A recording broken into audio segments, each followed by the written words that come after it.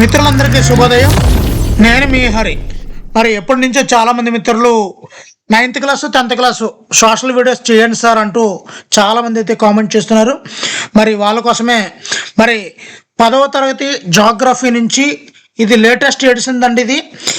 ఇది 2024లో మారిపోయాయి కదా. తర్వాత ఆ ఎడిషన్ నుంచి అంటే లేటెస్ట్ ఇప్పుడు ప్రజెంట్ ఉన్న టెక్స్ట్ బుక్ అండి ఇది.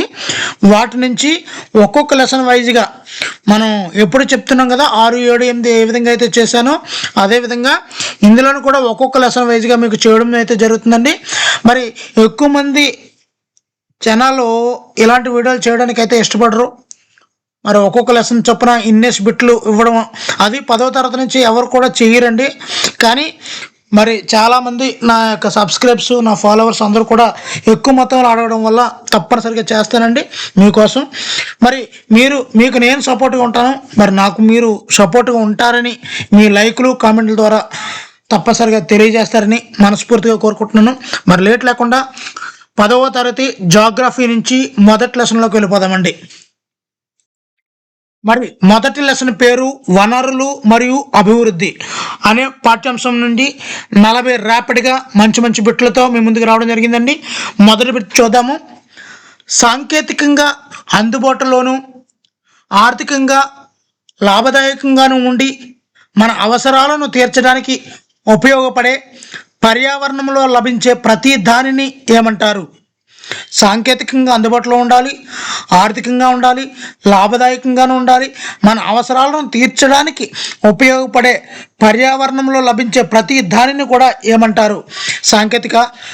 సాంకేతికత, అభివృద్ధి, వనర, మానవులే. ఆన్సర్ ఆప్షన్ సి అండి. వనరు అంటామండి దీన్ని. రెండవది, మరి పుట్టుక ఆధారంగా ఆరిజిన్ ఆధారంగా వనరులను ఏ విధంగా వర్గీకరించవచ్చు? పుట్టుక ఆధారంగా వనరులను ఏ విధంగా వర్గీకరించవచ్చు? ఆన్సర్ ఆప్షన్ సి జీవ నిర్జీవ వనరులుగా. పుట్టుక ఆధారం అంటే జీవ నిర్జీవ వనరుల ఆధారంగా మనం వనరుల్ని వర్గీకరించవచ్చండి. మూడవది, క్రింది వాటిలో జీవ వనరులు దేనిని కలిగి ఉంటాయి? జీవ వనరులు బయోటిక్ రిసోర్సెస్ అని దేనిని కలిగి ఉంటాయి అంటే ఆన్సర్ ఆప్షన్ సి మానవులు, వృక్షజాలం, జంతుజాలం ఇవన్నీ కూడా జీవ వనరులకు వస్తాయండి. మీరు బాగా అబ్జర్వ్ చేస్తే మీరు టెక్స్ట్ బుక్ చదివిన ఫీలింగ్ అయితే వస్తుందండి. వరుస క్రమంలో ఉంటాయి బిట్లన్నీ కూడా, ఎక్కడ మిస్ అవ్వవు. ఇంపార్టెంట్ బిట్లన్నీ కూడా టచ్ చేస్తూ మధ్యలో ఇలాంటివి కూడా ఉంటాయండి. ఇవి కొన్ని బిట్లు మీకు తెలిసినట్టు అనిపించినప్పటికీ కూడా ఎగ్జామ్ సెంటర్లో కొద్దిగా తక్కమక్క పెట్టుతుంటారు. అందువల్ల మొత్తంగా చూడవలసిన ఆవశ్యకత ఉంటుందండి. నెక్స్ట్ నాలుగవది, సౌరశక్తి మరియు పవన శక్తి వంటి వనరులు ఏ రకమైన వర్గీకరణకు చెందుతాయి? చాలా ఇంపార్టెంట్ అండి. ఆన్సర్ ఆప్షన్ సి పునరుత్పాదక వనరులు అంటామండి. ఈ సౌరశక్తి మరియు పవన శక్తి ఈ వనరుల్ని పునరుత్పాదక వనరులు అని కూడా అంటుంటామండి. నెక్స్ట్ ఐదవ చూద్దాము. పునరుత్పాదకం కాని వనరులు అంటే నాన్ రెన్యూవబుల్ రిసోర్సెస్. ఇవి ఏర్పడడానికి ఎంత సమయం పడుతుంది? మరి పునరుత్పాదకం కాని వనరులు అయినటువంటి పెట్రోలియం, డీజిల్ ఇలాంటి వనరులు, బొగ్గు ఇలాంటి వనరులు తయారవ్వాలంటే ఆన్సర్ ఆప్షన్ సి మిలియన్ల సంవత్సరాలు పడుతుందండి. మిలియన్ల సంవత్సరాల పడుతుంది. ఆరవది, యాజమాన్యం ఆధారంగా పచ్చిక బయళ్ళు, సామాజిక ఉద్యానవనాలు వంటివి ఏ వనరులకు ఉదాహరణ? యాజమాన్యం ఆధారంగా పచ్చిక బయళ్ళు, సామాజిక ఉద్యానవనాలు వంటివి ఏ వనరులకు ఉదాహరణగా మనం చెప్పుకోవచ్చు? ఇక్కడ సామాజిక అన్నాడు, ఉద్యానవనాలు. ఆన్సర్ ఆప్షన్ సి సామాజిక వనరులు అని మనం చెప్పుకోవచ్చు. పచ్చిక బయళ్ళు కానీ ఉద్యానవనాలు ఇవన్నీ కూడా సామాజిక వనరుల ఈ కేటగిరీలకు వస్తాయండి. నెక్స్ట్ ఏడవది, దేశంలో ఉన్న అన్ని వనరులను కూడా ఏ వనరులు అంటారు? అంటే ఆన్సర్ ఆప్షన్ సి జాతీయ వనరులు అంటామండి, జాతీయ వనరులు. ఎనిమిదవది, ఏ వనరులు ఇంకా ఉపయోగించబడలేదు. ఇక్కడ చాలా ఇంపార్టెంట్ పెట్టండి ఇది. ఏ వనరులు ఇంకా ఉపయోగించబడలేదు కానీ ఉపయోగించే అవకాశం ఉంది. చాలా చాలా ఇంపార్టెంట్ బిట్టు ఇది. కొత్తగా ఇప్పటిదాకా 8వ తరగతి వరకు దీన్ని టచ్ అయినటువంటి వనరు అండి ఇది. ఆన్సర్ ఆప్షన్ డి సంభావ్య వనరులు, పొటెన్షియల్ రిసోర్సెస్ అంటామండి, సంభావ్య వనరులు, పొటెన్షియల్. 9వది, Rio de Janeiro, Rio de Janeiro ధరిత్రి శిఖరాగ్ర సమావేశం ఏ సంవత్సరంలో జరిగింది. చాలా చాలా ఇంపార్టెంట్ పెట్టండి. రియో డి జనీరో ధరిత్రి శిఖరాగ్ర సమావేశం ఏ సంవత్సరంలో జరిగింది. Answer option B 1992, 1992. నెక్స్ట్ 10వది, సుస్థిర అభివృద్ధి అంటే ఏమిటి. సస్టైనబుల్ డెవలప్మెంట్, స్థిరమైన అభివృద్ధి అంటే ఏమిటి. ఆన్సర్ ఆప్షన్ సి పర్యావరణానికి నష్టం కలిగించకుండా అభివృద్ధి చేయడాన్ని మనము స్థిరమైన అభివృద్ధి, సస్టైనబుల్ డెవలప్మెంట్ అని పిలుస్తూ ఉంటారండి. నెక్స్ట్ 11, వనరులు ప్రణాళికలో మొదటి మరియు ముఖ్యమైన దశ ఏది. వనరుల ప్రణాళికలో మొదటి మరియు ముఖ్యమైన దశ ఏది. ఆన్సర్ ఆప్షన్ బి దేశంలోని వివిధ ప్రాంతాలలో వనరులను గుర్తించడము మరియు జాబితా చేయడము అనేది మొదటిది మరియు ముఖ్యమైనటువంటి దశ అండి ఇది. నెక్స్ట్ 12వది, ఎజెండా 21 ప్రధాన లక్ష్యం ఏమిటి. ఎజెండా 21 యొక్క ప్రధాన లక్ష్యం ఏమిటి. చాలా ఇంపార్టెంట్ పెట్టండి ఇది. ఆన్సర్ ఆప్షన్ బి పేదరికాన్ని నిర్మూలించడము, పర్యావరణ నష్టాన్ని ఎదుర్కోవడం. పేదరికాన్ని నిర్మూలించడము, పర్యావరణ నష్టాన్ని ఎదుర్కోవడం ఇది ఎజెండా 21 యొక్క ప్రధాన లక్ష్యం అండి. 13వది, వనరుల సంరక్షణకు సంబంధించి గాంధీజీ చెప్పినటువంటి ముఖ్యమైన విషయం ఏమిటి. వనరుల సంరక్షణకు సంబంధించి గాంధీజీ చెప్పిన ముఖ్యమైన విషయం ఏమిటి. ఆన్సర్ ఆప్షన్ బి ప్రతి ఒక్కరి అవసరానికి సరిపడా ఉంది. ప్రతి ఒక్కరి అవసరానికి సరిపడా ఉంది వనరులు, కానీ ఎవరి అత్యాశకు కాదు. ఎవరు అత్యాశపడద్దు, ప్రతి ఒక్కరి అవసరాన్ని తీర్చడానికి ఉంది అని గాంధీ గారు చెప్పిన విషయం అండి. నెక్స్ట్ 14వది, వనరుల సంరక్షణకు సంబంధించి క్లబ్ ఆఫ్ రోమ్ తన నివేదికను ఏ సంవత్సరంలో విడుదల చేసింది. ఈ వనరుల సంరక్షణకు సంబంధించి రోమ్ క్లబ్ తన నివేదికను ఏ సంవత్సరంలో విడుదల చేసింది. Answer option C 1968, 1968,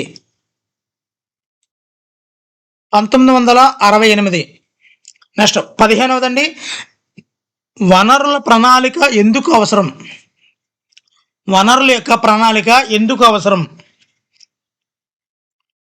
answer option B వనరులను తెలివిగా వాడుకోవాలి, అదేవిధంగా సమర్థవంతంగా వినియోగించుకోవడానికి వనరుల ప్రణాళిక అనేది చాలా చాలా అవసరం అండి. నెక్స్ట్ 16వది, భూమి అనేది ఏ రకమైన వనరు. భూమి అనేది ఏ రకమైన వనరు. ఆన్సర్ ఆప్షన్ సి నిర్జీవ వనరు, ఎబయోటిక్, నిర్జీవ వనరునే మనం చెప్పుకోవచ్చు. 17వది, భారతదేశం మొత్తం భౌగోళిక వైశాల్యంలో మైదానాలు అనేవి ఎంత శాతం విస్తరించి ఉన్నాయి. మైదానాలు అనేవి ఎంత శాతం విస్తరించి ఉన్నాయి అంటే ఆన్సర్ ఆప్షన్ డి 43%, 43%. నెక్స్ట్, భారతదేశం మొత్తం భౌగోళిక వైశాల్యంలో పర్వతాలు అనేవి ఎంత శాతం విస్తరించి ఉన్నాయి. పర్వతాలు ఆన్సర్ ఆప్షన్ సి 30% పర్వతాలండి. పర్వతాలు. మైదానాలు 43%, పర్వతాలు 30%. నెక్స్ట్ 19ది, భారతదేశం మొత్తం భౌగోళిక ప్రాంతం ఎంత? భారతదేశం యొక్క మొత్తం భౌగోళిక ప్రాంతం ఎంత? ఇది ఆల్రెడీ 8వ తరగతిలో కూడా వస్తుందండి. ఇది 7వ తరగతి 8వ తరగతిలో వస్తుంది. ఆన్సర్ ఆప్షన్ బి 3.28 మిలియన్ చదరపు కిలోమీటర్లు. 3.28 మిలియన్ చదరపు కిలోమీటర్లు. నెక్స్ట్ 20ది, ఒక నిర్దిష్ట సంవత్సరంలో ఒకటి కంటే ఎక్కువ సార్లు సాగు చేయబడిన ప్రాంతాన్ని నికర సాగు ప్రాంతానికి కలిపితే దాన్ని ఏమంటారు? చాలా ఇంపార్టెంట్ అండి. ఒక నిర్దిష్ట సంవత్సరంలో ఒకటి కంటే ఎక్కువ సార్లు సాగు చేయబడిన ప్రాంతాన్ని నికర సాగు ప్రాంతానికి కలిపితే దాన్ని ఏమంటారు? ఆన్సర్ ఆప్షన్ సి మొత్తం సాగు ప్రాంతం. మొత్తం సాగు ప్రాంతం, గ్రాస్ క్రాప్డ్ ఏరియా అంటామండి. నెక్స్ట్, నేల ఏర్పడడానికి పట్టే సమయం ఎంత? నేల ఏర్పడడానికి పట్టే సమయం ఎంత? ఆన్సర్ ఆప్షన్ సి మిలియన్ల సంవత్సరాలు పడుతుందండి నేల ఏర్పడాలంటే. నెక్స్ట్ 22వది, భారతదేశంలోని ఉత్తర మైదానాలలో, నార్థన్ ప్లెయిన్స్లో, ఉత్తర మైదానాలలో విస్తృతంగా వ్యాపించి ఉన్న నేల రకం ఏది? భారతదేశంలోని ఉత్తర మైదానాలలో విస్తృతంగా వ్యాపించి ఉన్న నేల రకం ఏది? ఉత్తర మైదానాల్లో అండి. ఆన్సర్ ఆప్షన్ సి ఒండ్రు నేలలు. ఒండ్రు నేలలు. 23వది, పత్తి సాగుకు అత్యంత అనుకూలమైన నేల ఏది? ఆన్సర్ ఆన్సర్ నల్లరేగడి నేల. నల్లరేగడి నేల. ఇక్కడ నల్ల నేలలు అని కూడా పిలుస్తుంటారండి. నల్లరేగడి నేల. పత్తి సాగుకు అత్యంత అనుకూలమైన నేల నల్లరేగడి నేల. దీనికి ఉన్న మరో పేరు నల్ల నేలలు అని అంటారండి. మరి 24వది, ఈ నల్ల నేలలు ఇది టంగ్ ట్విస్టర్లా ఉంది. ఇది నల్ల నేలలు ఏ విధంగా ఏర్పడతాయి?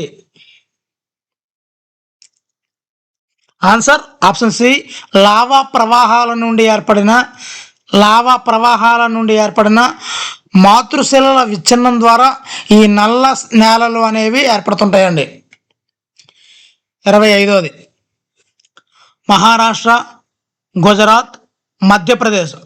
మహారాష్ట్ర, గుజరాత్, మధ్యప్రదేశ్ వంటి దక్కన్ పీఠభూమి ప్రాంతాలలో ఏ నేలలు ఎక్కువగా కనిపిస్తాయి? దక్కన్ పీఠభూమి ప్రాంతాలలో ఏ నేలలు ఎక్కువగా కనిపిస్తాయి? ఇక్కడ మహారాష్ట్ర, గుజరాత్, మధ్యప్రదేశ్ వంటి దక్కన్ పీఠభూమి ప్రాంతాల్లో. ఆన్సర్ ఆప్షన్ డి నల్ల నేలలు. నల్ల నేలలు. 26వది, ఇనుము మరియు మెగ్నీషియం ఉండటం వల్ల ఏ నేలలు ఎరుపు రంగులో కనిపిస్తాయి? ఇనుము మరియు మెగ్నీషియం ఉండటం వల్ల ఏ నేలలు ఎరుపు రంగులో కనిపిస్తాయి?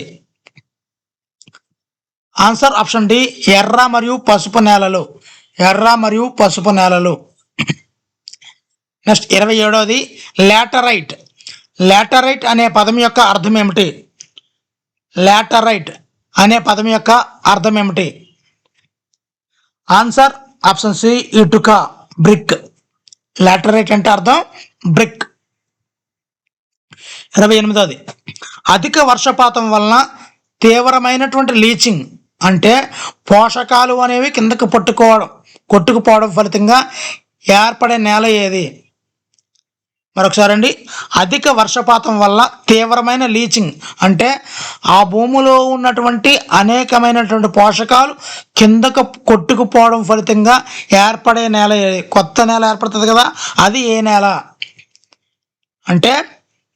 ఆన్సర్ ఆప్షన్ సి లాటరైట్ నేలలు. లాటరైట్ నేలలు అంటారండి వీటిని. 29వది, ఇసుక, ఒండ్రు, బంకమట్టి. ఇసుక, ఒండ్రు, బంకమట్టి వివిధ నిష్పత్తిలో ఉండే నేల ఏది?